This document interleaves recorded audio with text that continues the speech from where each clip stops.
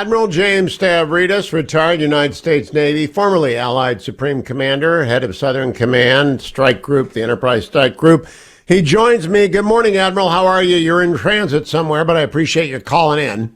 It's my pleasure. I'm actually in New York City today. You're not being arraigned, are you? I am not. I hear somebody else might be, but it's not going to be Jim Stavridis. That's good. Now, Admiral, I really want to talk to you about two stories that have nothing to do with the circus in Lower Manhattan today. The first is that Finland joined NATO, and as the Washington Post puts it, doubling the alliance's land border with Russia.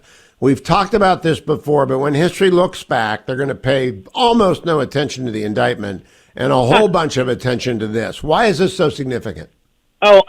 First, I cannot agree with you more. This is the story of the day globally in a lot of different ways, and I'll give you three reasons it's extremely important, and that they're doing high fives in Brussels, the headquarters of NATO, and over in Moscow, Vladimir Putin is sulking in a corner somewhere. Number one, you already mentioned, 800-mile border that Putin now has to defend, and by the way, the north of that is the Arctic, the high north, which Putin covets.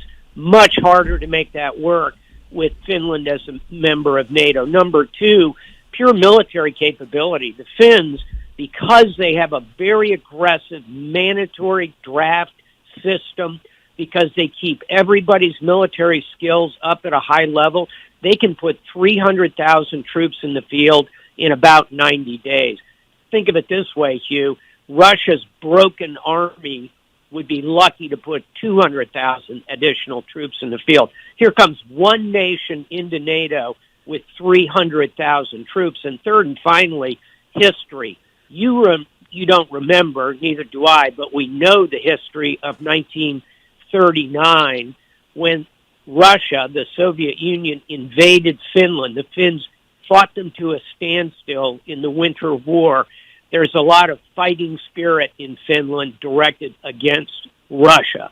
So for all those reasons, it's a really good day for the alliance, Hugh. Now, on the operational level, I assume that we've been coordinating with Finnish troops and leadership for a long time. What changes on the ground when they're in NATO from when they were friends of NATO? Yeah, operationally, almost nothing.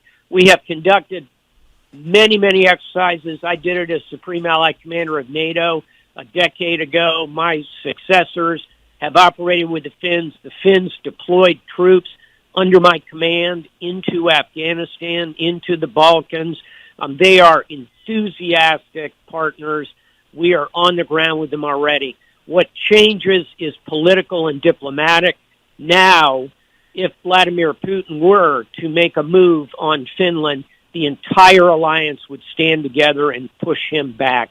It's a political, diplomatic coup for the alliance, and when you add to it the military capability we just discussed, again, a very big day for NATO. Now, the guarantee in Article 5, if for any stupid reason Putin were to invade a NATO country, does that mean Finland goes over to the offense immediately?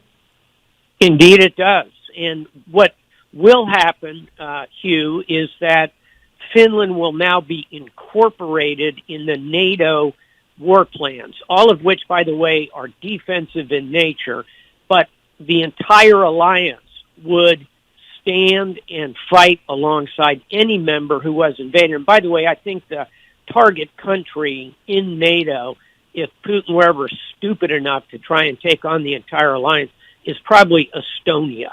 Tiny little country right there, a lot of bad history with Russia. So let's say Putin came into Estonia. Now he's got an 800-mile border on his flank to the north that's alive with NATO troops. It just complicates his picture enormously. That's the good news. Now, I want to talk to you about an article I wrote for the Washington Post over at the landing page this morning on TikTok and artificial intelligence gathering up cloud-generated data that's being stored in the archives of the Chinese Communist Party. When you were running Southern Command or NATO, you had a lot of young soldiers, sailors, airmen, and Marines who had devices that they used all the time. When I first asked then Secretary of Defense Donald Rumsfeld what he was going to do in the era of blogging before Twitter, about the rise of social media. He said he just didn't have enough time. He was running a war to think about that. Have you thought much about what those young sailors, soldiers, Marines, airmen are doing and carrying, and whether or not they're fully defensed against information war? I think about it constantly. And first, just to be on the level here, I'm someone who has long been an advocate for the use of social media, as in to move our messages: democracy, liberty, freedom of speech, gender equality, racial equality.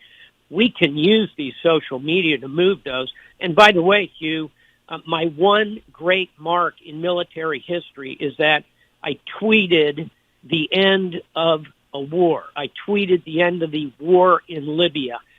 That'll go down in military history, announced the end of combat operations. So, point being, I'm an advocate for using social media responsibly. But your point is spot on.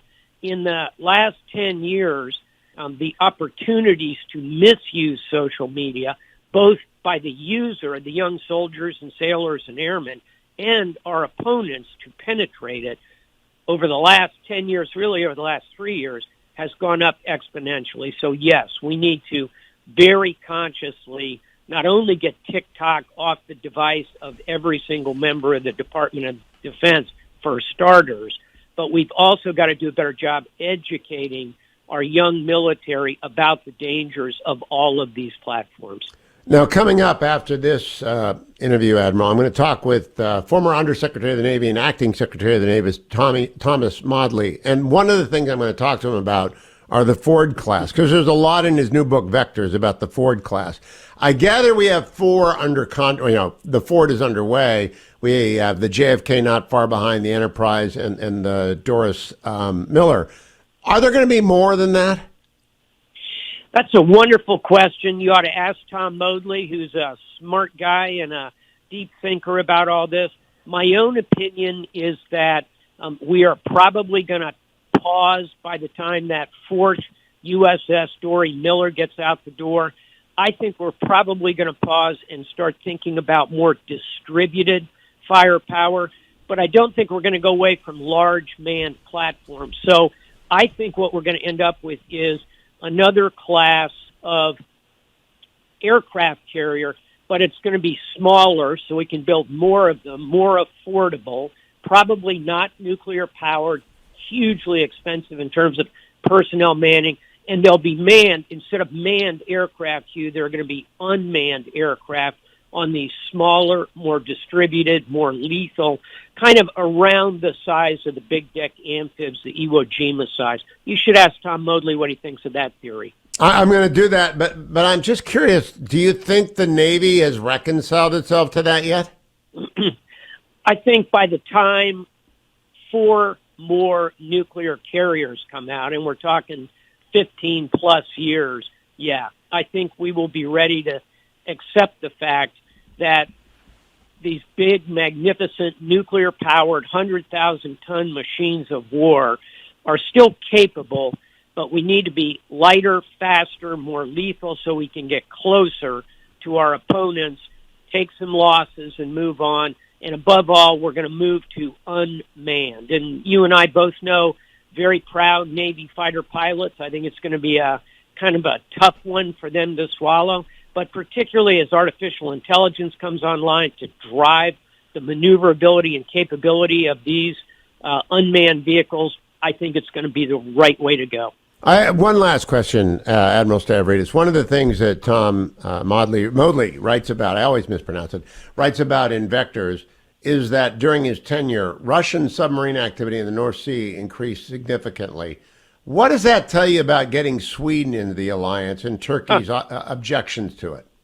Yeah, it just staggers me at this point that Turkey is interposing these objections over domestic arguments that concern a Kurdish minority in Turkey. President Erdogan has an election in May.